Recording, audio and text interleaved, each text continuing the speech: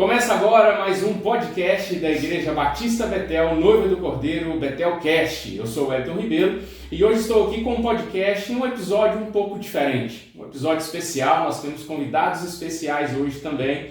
E hoje nós vamos falar sobre um tema muito importante. Mas antes de falar sobre o tema, eu gostaria que os convidados se apresentassem. Eu estou com o Maurício e o professor Daniel. Fica à vontade. Eu sou o Maurício, sou diácono da igreja, alguns já conhecem, né? Estamos aqui pelo convite do Eto, pastor Eto, agradeço mais uma vez, tá? Amém. Pelo convite. Amém. Para mim está sendo muito bom e edificante. Um crescimento maravilhoso. Amém. Eu sou o professor Daniel e agradeço o convite para estar aqui nesse podcast, Betelcast, né? Amém. Que bênção essa iniciativa. Sou da Assembleia de Deus e acho que eu tenho dupla cidadania, né? Sou betelense também, conferido pelo bispo. É verdade. Pastor Elias, sempre quando recebe o professor Daniel ao púlpito para anunciar a mensagem, ele usa essa prática, né? Já tem dupla cidadania, ele também é Betel. E hoje nós vamos falar de um tema muito importante, a importância do ensino bíblico dentro das igrejas. E nada melhor do que esses convidados. O Maurício nos fez um intercâmbio para esse convite e por isso que ele está aqui hoje. Então nós vamos falar um pouco a respeito de como nós trabalhamos o ensino em Betel. Nós temos um seminário, nós já estamos no 3º ano de seminário e tem o Maurício que está sempre conosco em todas as aulas e o professor Daniel também, que tem sido nosso professor em algumas aulas que nós temos ministrado aqui, algumas disciplinas. E através disso tudo eu gostaria de convidar o professor Daniel para falar um pouco sobre a experiência dele como professor em igreja e qual que é de fato a importância do ensino bíblico nas igrejas. Eu tenho pouquíssima experiência no ensino, desde quando eu Ele é humilde, entendo né, por Maurício? gente. Ele é muito humilde. Desde que eu entendo por gente, antes de ser batizado nas águas, eu já exercia o ensino nas escolas de professor, escola dominical, né? Uhum. Como professor de ensino bíblico. E esse negócio de ensino, praticamente, ainda que a gente não acredita nessas coisas, é quase que uma coisa predestinada na minha vida. Né? Por mais que eu tentei fugir, ou fiz tanto esforço assim, estava impregnado o ensino na minha vida. E isso só foi aflorando, né, com a minha maturidade, envelhecendo. A gente usa a palavra bonita de maturidade, mas é envelhecendo mesmo. E aí o Senhor foi trabalhando nisso e estamos aqui, até hoje na escola. Nasci na escola, acho que é por aqui que eu vou ficar mesmo. Amém, amém. Escola é uma coisa que faz a gente feliz. Isso, né? isso. Como eu disse, a gente está no 3º ano do nosso seminário Betel, né? Nós trabalhamos alguns anos com as parcerias com outros seminários, mas efetivamente nós estamos aqui em uma pegada um pouco mais objetiva quanto ao ensino. Então a gente já passou por várias disciplinas aqui, eu me lembro bem a disciplina de caráter cristão, né? Uma das que o professor Daniel nos ministrou, liderança cristã também, nos primeiros anos. Depois nós falamos também sobre a pessoa e obra do Espírito Santo, né? E nós estamos finalizando hoje, né, a última aula com ele aqui em Betel sobre Cristologia. Então nós já trabalhamos vários aspectos, né, dentro de Betel sobre tudo isso. E o Maurício é uma testemunha disso tudo, né? Tem caminhado com a gente aqui em todas essas aulas, né? Verdade. Então, gostaria de fazer essa pergunta agora um pouco diferente para o Maurício, né? Maurício que é um aluno nascido do nosso seminário, das escolas bíblicas também. O quão importante tem sido o ensino bíblico dentro da igreja, principalmente no aspecto de Betel para você, Maurício? O seminário para mim, o crescimento foi maravilhoso, até pela minha dificuldade, né? Uhum. Porque eu tenho muita dificuldade em leitura, já pus para vocês, né? Uhum. Eu aprendo muito ouvindo. Uhum. E ouvindo o professor Daniel, o Hélito, brincadeira esse pessoal, eles ensinam assim, com um prazer, você só não aprende, você sente a presença de Deus. Uhum. É maravilhoso, assim, eu que o diga, né? Eu tenho 3 anos de seminário e também tenho 12 anos de igreja e 12 anos de escola bíblica. A escola bíblica é muito importante na vida do crente. O crente não pode falar daquilo que ele não conhece. Verdade. Se você quer conhecer a Deus, você tem que participar da escola bíblica, o seminário. Isso chama comunhão. Você não vai falar daquilo que você não conhece, não tem como. E para você conhecer, você tem que participar. E na sua casa você não consegue participar desse corpo, né? Dessa comunhão gostosa que a gente vai vivenciar a cada seminário, a cada dia, a cada aula. Né? É muito bom. E a importância, né, que nós temos com relação ao ensino bíblico dentro da igreja, a gente lembra que quando Deus escreve, né, na tábua de Moisés, ele escreveu. E é interessante que Deus, quando faz isso, ele se revela de forma especial através da palavra, e isso passa a ser um livro. Então, os mais antigos manuscritos, né? Que é escrito no dedo ali mesmo. Exato. Tanto é que quando a gente vai ver lá na frente, né, com Moisés, no tabernáculo, depois lá mesmo no templo de Salomão, o que tem dentro da arca? As tábuas. As tábuas da lei. Então aquilo que Deus, de certa forma, fez lá com Moisés no monte, né, isso reverberou com tanta força que a cultura do livro era muito forte dentro da tradição cristã e judaica também, de certa forma, por ser a forma como Deus escolheu se revelar. Né? E a gente tem essa necessidade com muita força de sermos o povo do livro, porque Deus se revelou por um livro. E a gente sabe que a necessidade que a gente tem de estudar a palavra, de aprender mais, ela é tão necessária para a nossa vida cristã. Né? A nossa vida cristã sem empenho, sem estudo, ela é muito deficitária. Eu gosto de dizer que quando você vai em um comerciante e tira uma nota de 100 e entrega na mão da pessoa, ela não tenta achar os problemas que existem na nota falsa. Ela já sabe a verdadeira. E ela, baseada na verdadeira, que ela define se ela é falsa ou não. Então a gente tem que viver baseado em uma verdade. A verdade é a palavra de Deus. Então quando a gente não tem esse empenho, né, esse estudo, a gente aceita qualquer coisa. Né? E a importância do ensino bíblico tem muito relação com isso também. E professor, conta um pouco da sua experiência, que você disse que é pouca, né?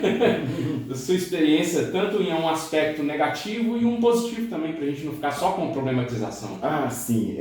O aspecto positivo é que, como vocês mesmos disseram, né, eu entendo o ensino na igreja como fundamental. Fundamental, sobretudo nos dias que nós estamos vivendo, nos tempos chamados escatológicos, né? É fundamental para a nossa sobrevivência. Um cristão sem conhecimento, ele é presa fácil. Né? Presa fácil em vento de doutrina, presa fácil em opiniões pessoais. Inclusive, essa é um dos meus maiores desafios em sala de aula, porque o aluno tende a nos perguntar: professor, o que é que o senhor pensa sobre isso? Como se nós, professores, pudéssemos opinar numa doutrina que já é tradição de fé da igreja.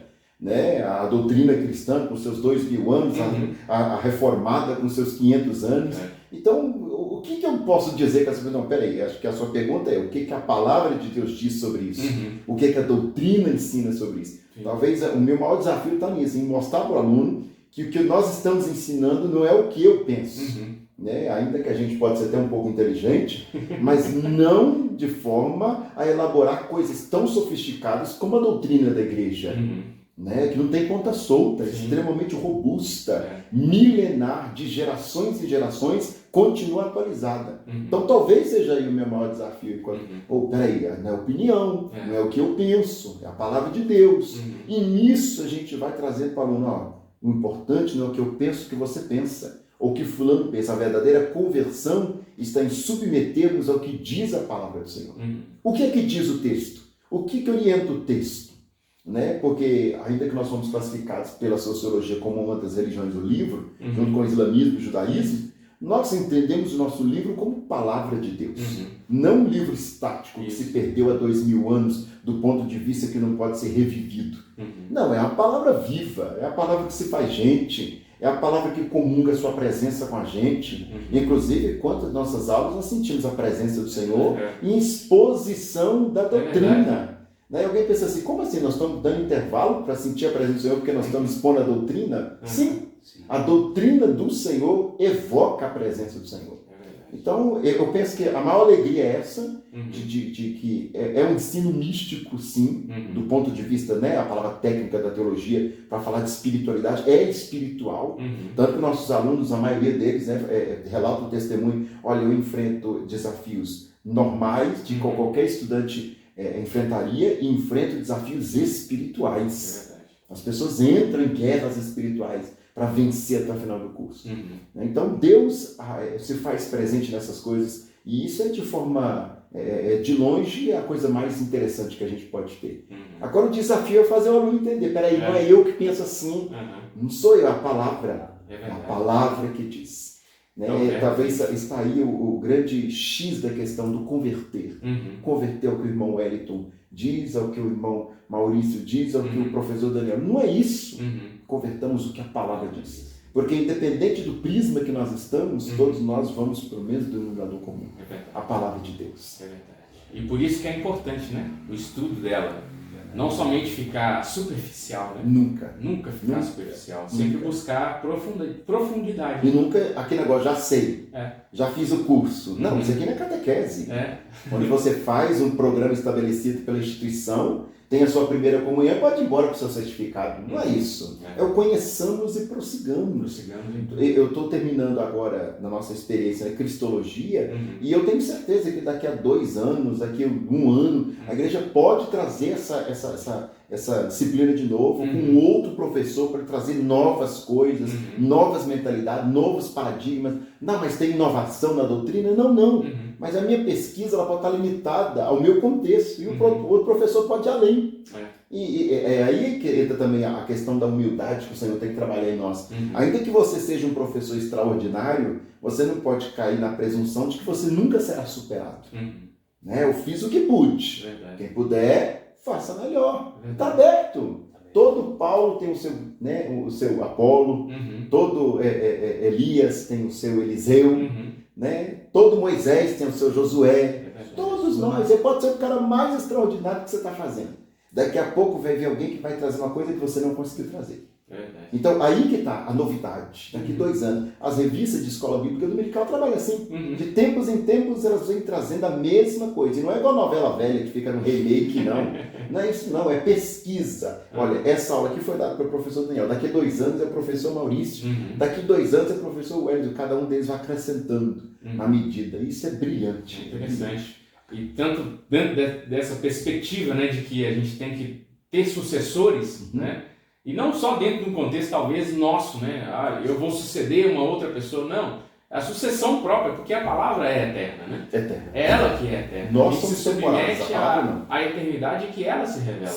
Quantas vezes a gente não abre para poder estudar um livro específico e a gente não fica, sei lá, 2, 3 dias em uma frase. Às vezes em uma palavra, né? Então é muito comum isso acontecer. Eu tenho essa experiência de ficar até meses o Senhor agarrado comigo em um versículo. Às vezes eu fico, Senhor, mas o que o Senhor está querendo me mostrar aqui? A impressão que é uma implicância divina, isso não existe, é claro, isso é pensamento meu. Né? Mas a gente fica agarrado naquilo, é a meditação mesmo. Porque não é ter muito, porque às vezes a pessoa fica confundindo isso. Né? O grande problema das nossas pregações hoje, que está caindo em defasagem, é que a gente está investindo muito tempo, só que tempo inútil, porque sabemos que a ciência já provou que ninguém vai guardar mais que 20 minutos de informação. Então eu não preciso pregar 1h30, desde que eu prego 20 minutos, a pessoa vai embora remoendo aquela palavra, ou seja, com a palavra entre os dentes, é fundamental. É fundamental. Não é o muito, mas é o verdadeiro. Essa profundidade, né, que a gente precisa, e às vezes o ler, por exemplo, um texto bíblico, ele pode te levar a querer essa profundidade. E às vezes ele fica ali martelando na nossa cabeça, né? A gente não esquece, né? E certa feita o Maurício até comentou isso, não sei se ele lembra.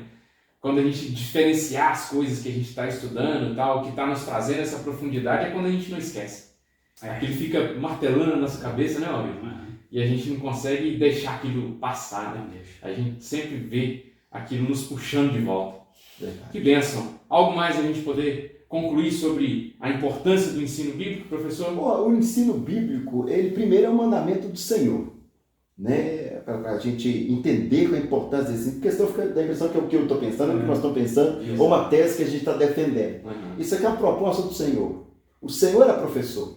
Né? Jesus era reconhecido pelo povo do seu tempo como mestre. O mestre é um professor. A quebra de paradigma de Jesus para diferente dos outros, ainda que algumas pessoas que ouviram nosso podcast vão entender, não, ele era Deus, não é isso. Ainda essa revelação não está clara, né? Dentro ali do seu ministério, ela vai sendo progressiva. Mas a quebra de paradigma de Jesus e dos outros tantos mestres que era comum na sua época, por exemplo, João Batista era um mestre, é que as pessoas escolhiam os seus mestres. As pessoas, olha, eu quero ser orientado pelo Maurício, eu vou segui-lo. Era assim que acontecia. Jesus quebra o paradigma a partir do momento que ele chama quem vai seguir a ele. Ele chama quem vai seguir a ele sem fechar a porta para a multidão que também quer seguir. E isso é muito interessante. Porque a gente vê ali o comportamento do templo, né? você vê que a mensagem que Jesus fala com a multidão, né, o pátio, a mensagem que Jesus fala com seus discípulos, o lugar santo, e a mensagem que Jesus fala com 3, Pedro, Tiago e João, santo dos santos. Verdade. Você vê que cada vez que vai diminuindo esse tanto de gente, a profundidade da mensagem alcança. Para quem gosta de estudar a palavra de Deus, vai ver que Jesus está ensinando coisas muito mais profundas a uma só pessoa do que com a multidão.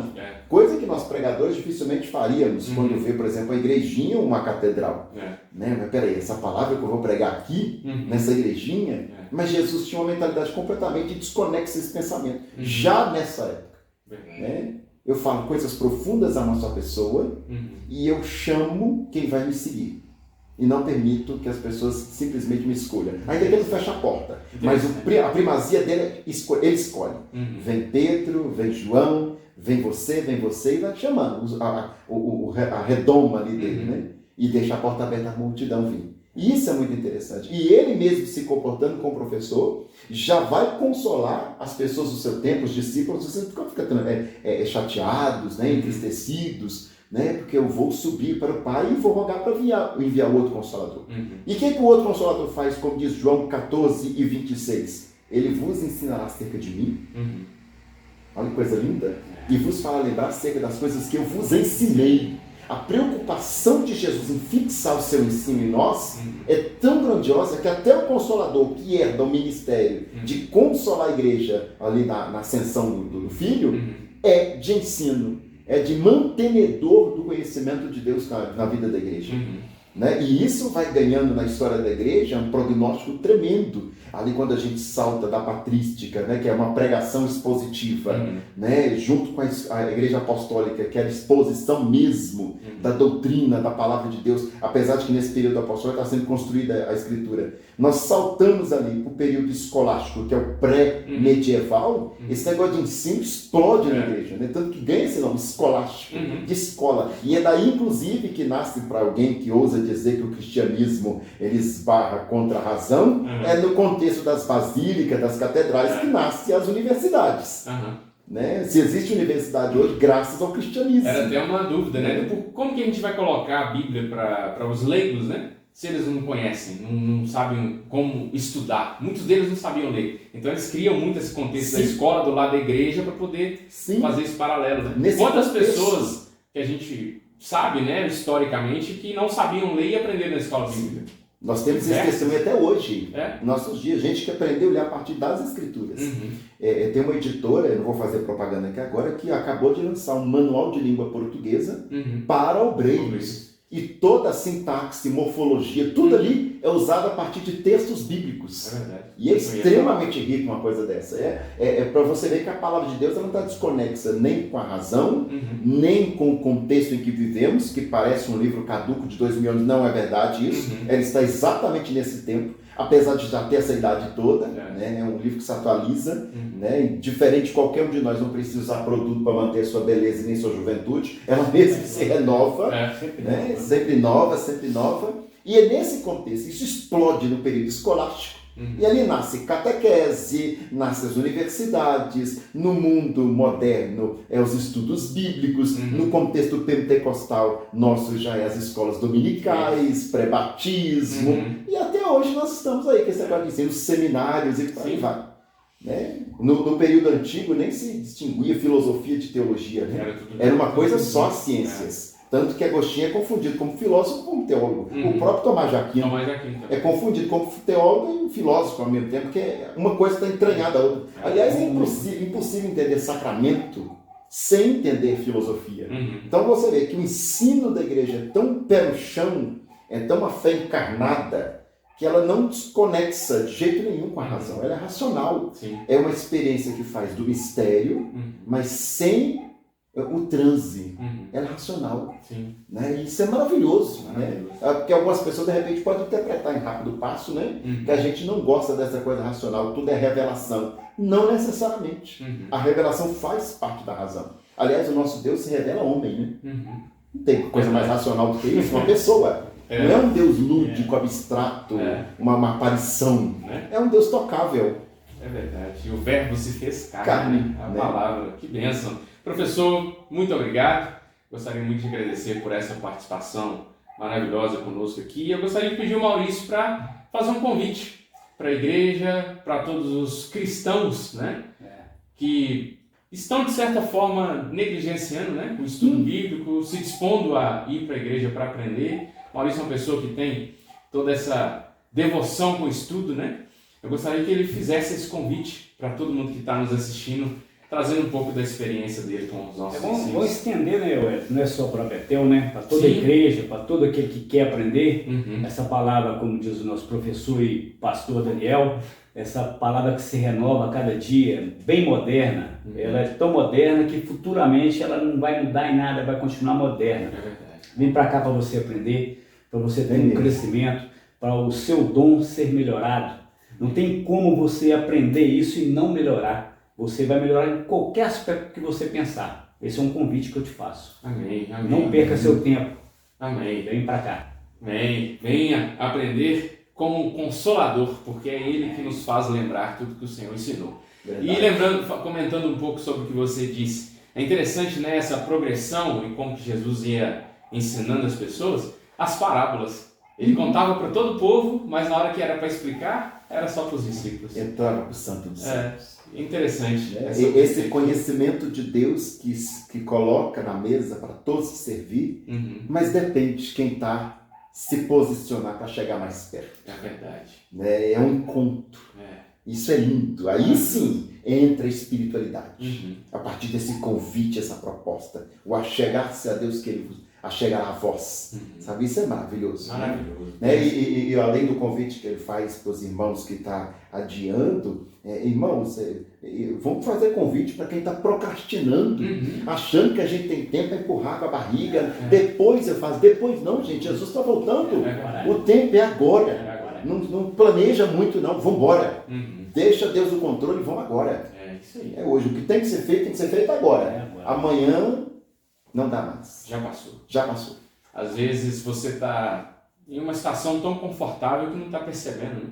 Eu vou esperar algo acontecer para me mover. Não tem que esperar. É levantar e ir, né? É levantar e ir. Amém. Professor, obrigado mais uma vez por ceder ao convite do Maurício, que intercambiou esse podcast de hoje. Eu agradeço também. Convocação, não é convite. Amém. Eu agradeço também ao Maurício por esse convite e essa participação. Uma vez mais, o Maurício já pode pedir música no Fantástico. Né? Já é a terceira participação do Maurício no podcast da Betel. E eu gostaria também de agradecer você que ficou até agora assistindo esse podcast. Não esquece de curtir esse vídeo, compartilhar, inscrever-se no canal. Aqui embaixo na descrição você vai encontrar o link para o nosso Instagram.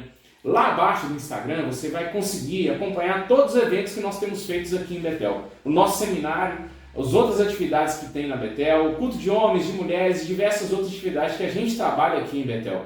Eu quero muito te convidar a seguir nosso Instagram também. A equipe de mídia está sempre lá atualizando as coisas para você ficar ciente das nossas agendas. Amém? Nós somos Igreja Batista Betel, Noiva do Cordeiro. Nós estamos aqui na Avenida Machado de Assis, número 596, no bairro Washington Pires, na cidade de Ibirité. Nós temos cultos todas as quartas e domingo. O nosso culto de quarta-feira começa às 19h30 e o nosso culto de domingo começa às 19 horas. Venha participar conosco, venha entender um pouco da nossa dinâmica aqui em Betel e você vai ser muito bem recebido aqui em Betel. Mais uma vez, obrigado, professor Daniel, obrigado, Maurício, e obrigado a você. Que Deus te abençoe e te guarde em nome de Jesus. Amém.